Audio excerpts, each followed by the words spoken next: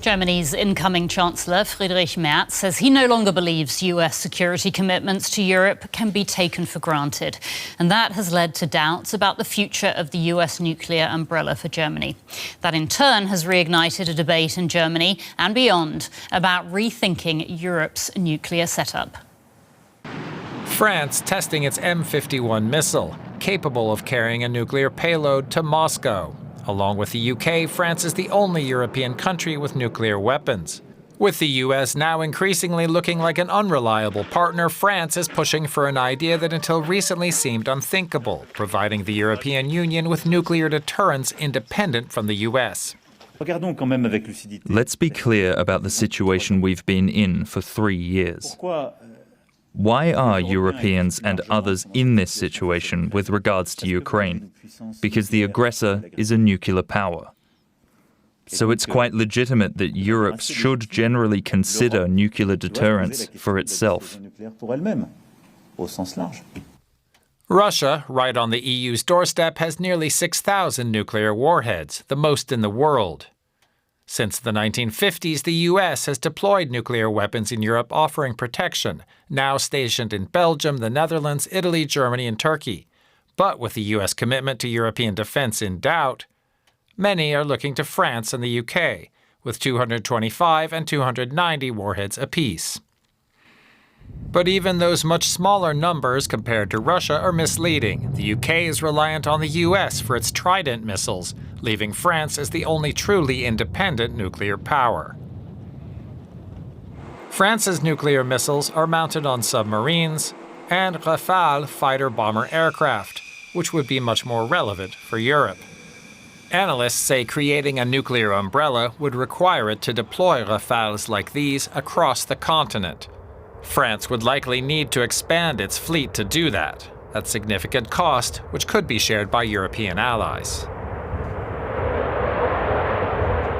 Across Europe, the Ukraine war has driven up enthusiasm for expanding the French nuclear umbrella, fueled by fear of Russian aggression. Germany is now protected by an estimated 20 US nuclear missiles based at the Büchel Air Base.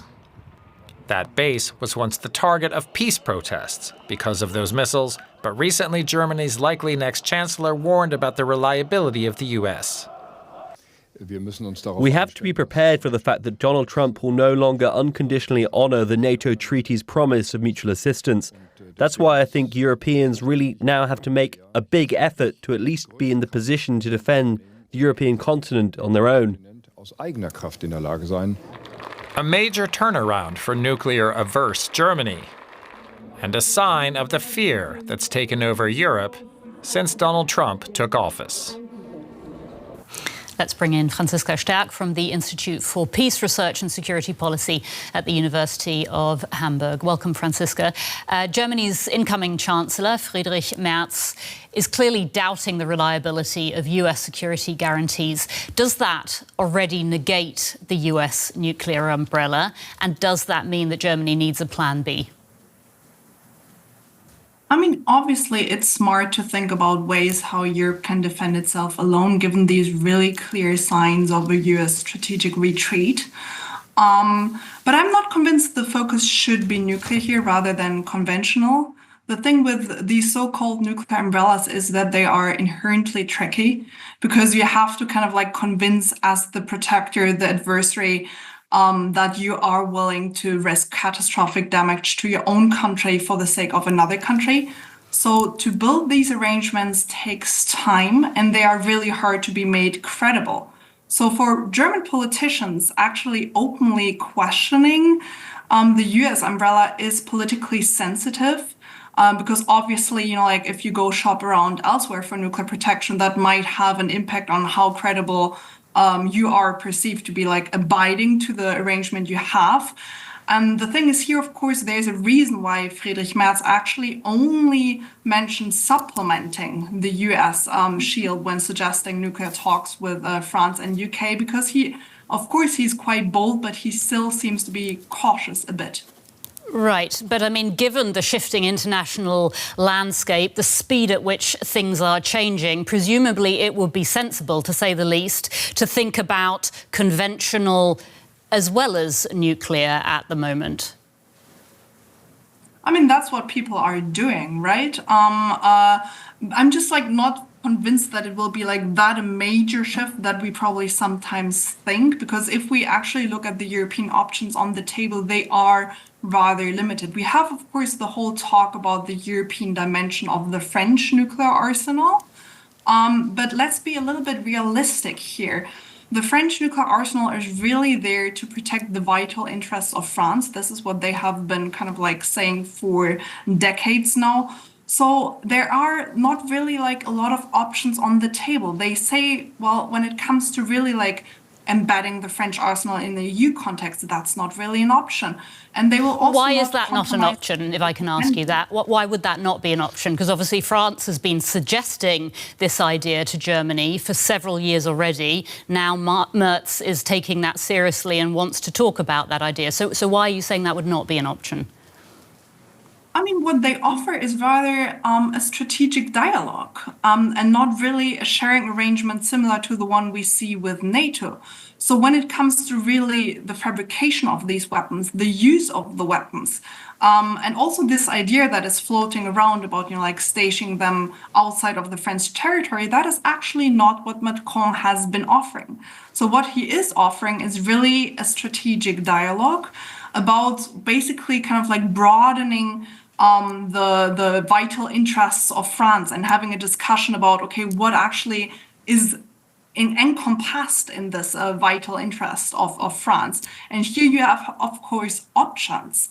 And you can try to make a guarantee on this like rhetorical level a little bit more credible. The French call this strategic ambiguity. So basically making your adversary guess when you would actually use nuclear weapons.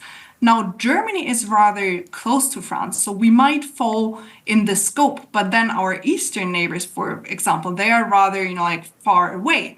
And for example, France's president comment in fall 2022 when he said that a potential nuclear strike on Ukraine or in the region would not touch French vital interests. That, of course, didn't exactly bolster the confidence that especially Eastern European allies have when it comes to, like France stepping up as a nuclear guarantor. OK, Frankziska, so let me just pick up on what you're saying there. So if you're saying that it's not a great idea to talk to France about this, or it's not realistic, and we also have to think about politics in Europe, political uncertainty obviously changes the game. Politics may change also governments may change in France, in the UK. So does that not mean that Germany needs to think about looking after itself? Because, of course, there's no guarantee that a future French president won't, for example, follow France first policies. So, I mean, like, just not to be clear, I think it is, of course, like vital to talk, but I'm just like cautioning to be a little bit like not too optimistic about what actually can be done on the ground. And there is, of course, as you said, the risk that if you have political change in France or the UK, that, like security promises that once have been made might be undone quite quickly. So that is a risk where I'm just like, well, I mean, that is not very sustainable. Okay. And then, of course, people are like, well, Germany has to look after itself, suggesting that it should like build its own arsenals. But like there is like a huge constraint on that politically, economically, militarily. Well, let's talk about that, because German public opinion does seem to be shifting in favour of being under some kind of nuclear umbrella. So is there any reason that Germany can't develop its own bomb, or at least establish the capability of doing so? I mean, of course, Germany does have a latent capability, but all relevant facilities are under strict IAEA safeguards. But the more important factor really here is that a clandestine program, for that, Germany really would have to violate key agreements, like, for example, the 2+4 agreement or the non-proliferation treaty. And these treaties are really important for European and also global security.